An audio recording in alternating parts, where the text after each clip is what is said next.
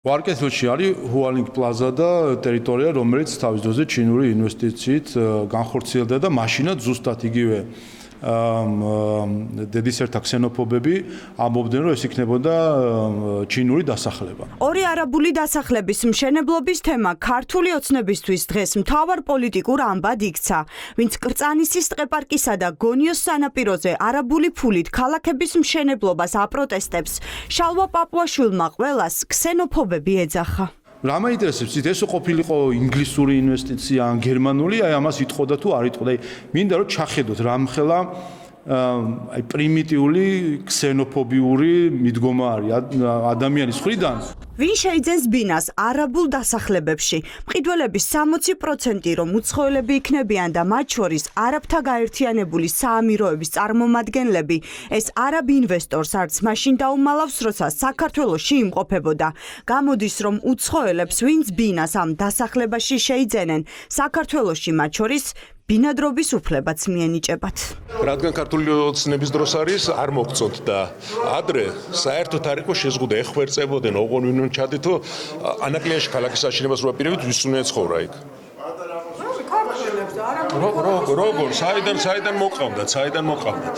ინვესტიცია ყოველთვის საინტერესოა და მისასალმებელია. და ვინ შეიძენს ბინებს იმ კორპუსებში, ხომ არ იცით? აი, ნახოთ, ჯერ ხო არ არის მყიდველი არასდროს. ასე რომ ნახავთ, რო გამოჩნდებიან მყიდველები, ეცოდინა. ძალიან კარგი. რატომ არის? საქართველოს ეკონომიკას წარადგება და იქნება საქართველოს გამოგება. დამშვიდდით, დაწყნარდით, ნერვებს არ აყვეთ, გამოაქვეყნეთ ხელშეკრულება და საგნობრივად, პუნქტობრივად დავიწყოთ ამ ხელშეკრულების განხილვა და ჩვენება ქართული საზოგადოებისთვის. პრობლემა არა ინვესტიციების შემოტანა, არამედ გასაიდუმლოებული პირობები. ამ დრომდე უცნობია რა კონტრაქტს მოაწერა ხელი ირაკლი კობახიძემ არაბ ინვესტორებთან. რა პირობებით შემოდიან ისინი საქართველოში და არის თუ არა არაბული დასახლების მშენებლობის რისკები შეფასებული.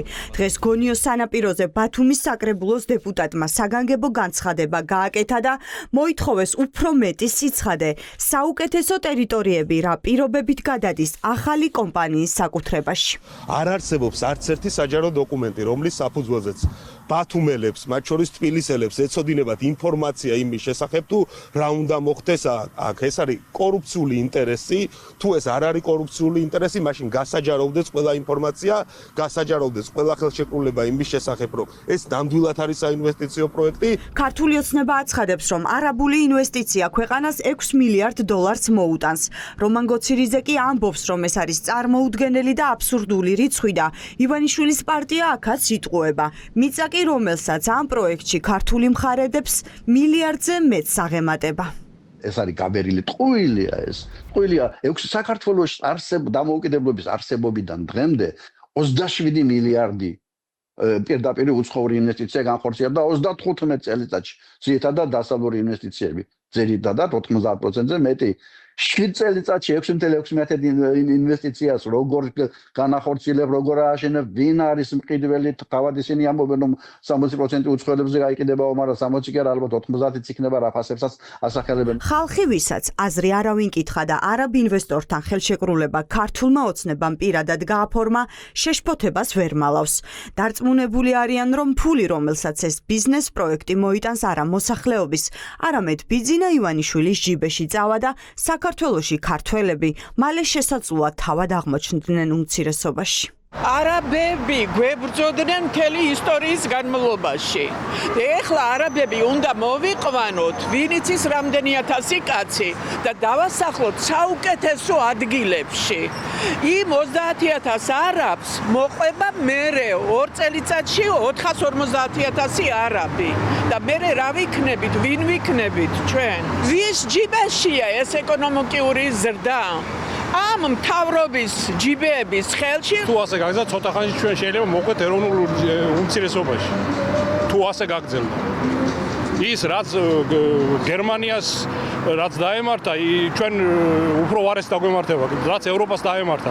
ქართველები რომ რეალურად ვერ შეძლებენ მაგხელათანხიან სახლების ყიდვის ფაქტია. არაბებთან გაფორმებული ინვესტიცია, რომ ბიძინა ივანიშვილისთვის უკიდურესად მნიშვნელოვანია, ამაზე ეს კადრებიც მეტყველებს. კაცი, რომელიც არ ხვდება ამერიკელ და ევროპელ პარტნიორებს, დიდი მოწიწებით და კრძალვით შეხვდა არაბთა საამიროების პრეზიდენტს, რომლის ვიზიტის შემდეგაც ქვეყანაში მასშტაბური არაბული პროექტი დაიგეგმა.